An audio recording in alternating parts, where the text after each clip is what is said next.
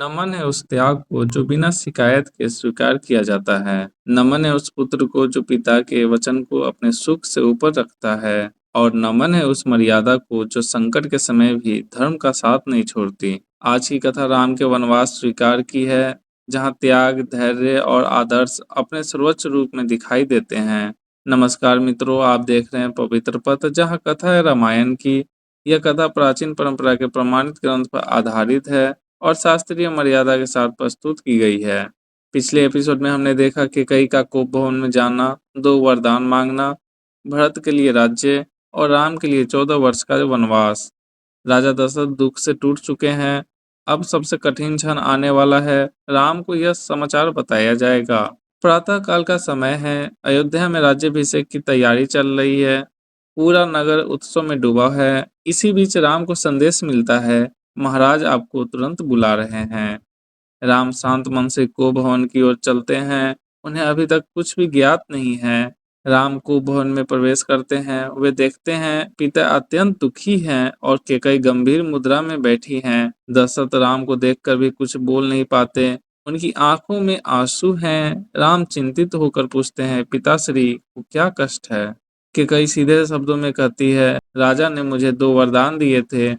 पहले वरदान से भरत को राज्य मिलेगा और दूसरे वरदान से तुम्हें 14 वर्ष के लिए वन जाना होगा। सभा में मौन छा जाता है। यह वह क्षण है जो किसी भी व्यक्ति को विचलित कर सकता था। लेकिन राम न क्रोधित होते हैं, न दुख प्रकट करते हैं। वे शांत स्वर में कहते हैं, यदि यही पिता का वचन है तो मैं अवश्य बन जाऊंगा।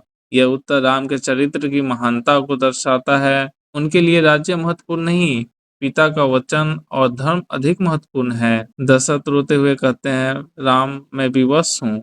वे चाहते हैं कि राम वन न जाए, लेकिन वे अपने ही वचन से बंध चुके हैं।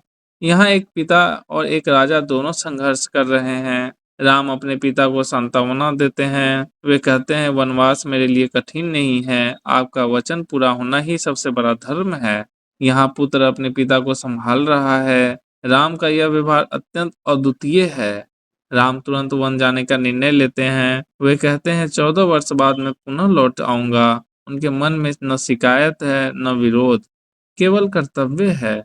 आज की कथा रामायण के अयोध्या कांड के उन सर्गों पर आधारित है, जहां राम का कोप भवन में जाना, केकई द्वारा वनवास का आदेश और राम द्वारा शांतिपूर्वक वनवास स्वीकार करना विस्तार से वर्णित है। यह प्रसंग रामायण के सबसे महान त्यागों में से एक माना जाता है। आज की कथा हमें यह सिखाती है, परिस्थितियां चाहे कितनी कठिन हो, धैर्य नहीं खोना चाहिए। कर्तव्य कभी कभी व्यक्तिगत सुख से बड़ा होता है और सच्चा चरित्र संकट के समय प्रकट होता है। राम का वनवास स्वीकार हमें यह सिखाता है, महान व्यक्ति परिस्थिति नहीं चुनता, वह अपने आचरण से परिस्थिति को महान बना देता है। यदि आपको राम का यह त्याग और मर्यादा प्रेरणादायक लगी हो तो कमेंट में लिखें, जय श्री राम। आज के रामायण के संबंधित कांड और सर्ग की परंपरा के अनुसार प्रस्तुत की गई पवित्र पथ के साथ जुड़े रहिए। जय श्री राम।